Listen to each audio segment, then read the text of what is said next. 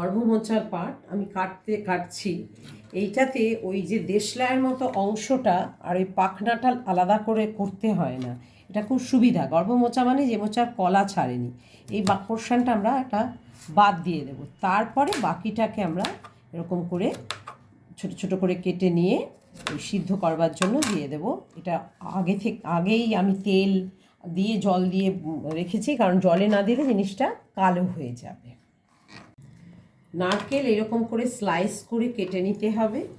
আর এই যে নারকেলের পেছনে যে কালো অংশটা স্লাইসের, এটা বাদ দিয়ে দিতে হবে, না হলে এটাতে শক্ত হয়ে যায় আর ওটা পেটে গেলে পেটে ব্যথা করবে, আর রান্নাটার মধ্যে ওটা শক্ত লাগবে, খেতে ভালো লাগে না। এর মধ্যে তেল গরম হয়ে গেছে কড়াইতে, আলুগুলো ছেড়ে দেবো। আলুটা যেমন ডুমো ডুমো করে কাটা হয় ওরকম ডুমো ডুমো করে কেটে এটা ভাজা হবে, সোনালি হয়ে ভাজা হবে।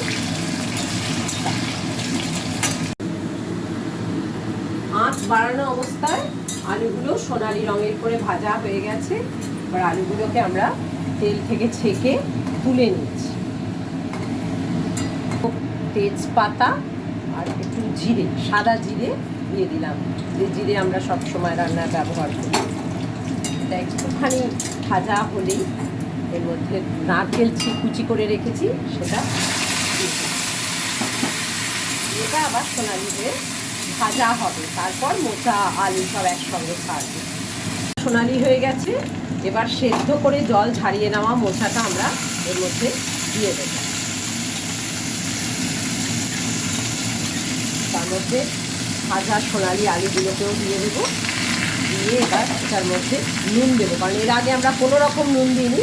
4 চামচের 1 চামচ নুন দিয়ে আমরা এটাকে নাড়াচাড়া করবো।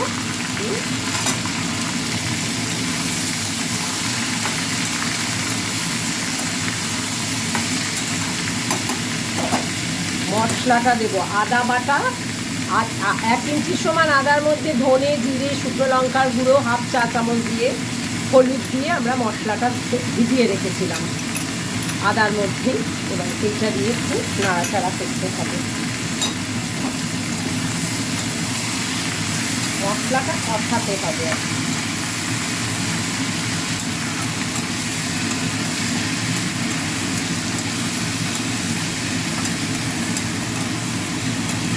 নাড়াচাড়া ভেজানো থাকলে মশলাটা কষে যায় খুব তাড়াতাড়ি, কোনো অসুবিধা হয় না।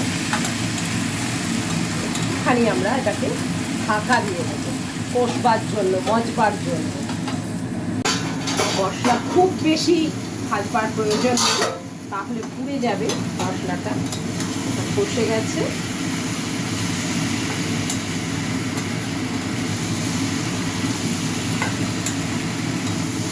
রংটাও খুব সুন্দর দেখাচ্ছে, গন্ধটা তো আরও সুন্দর বেরিয়েছে। এবার আমরা এই মশলার বাটিতে জল দিয়ে তাকে আমরা দিয়ে দেবো। মশলার বাটি ধোয়া জল নেড়ে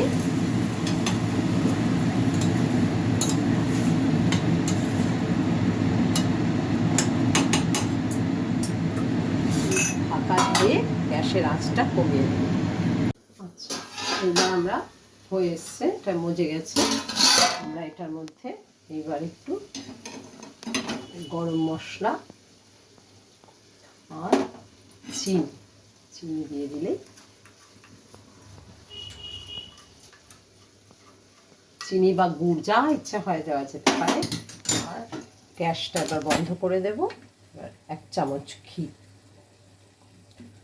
শুধুমাত্র 1 চামচ ঘি দিলেই আমাদের হয়ে যাবে।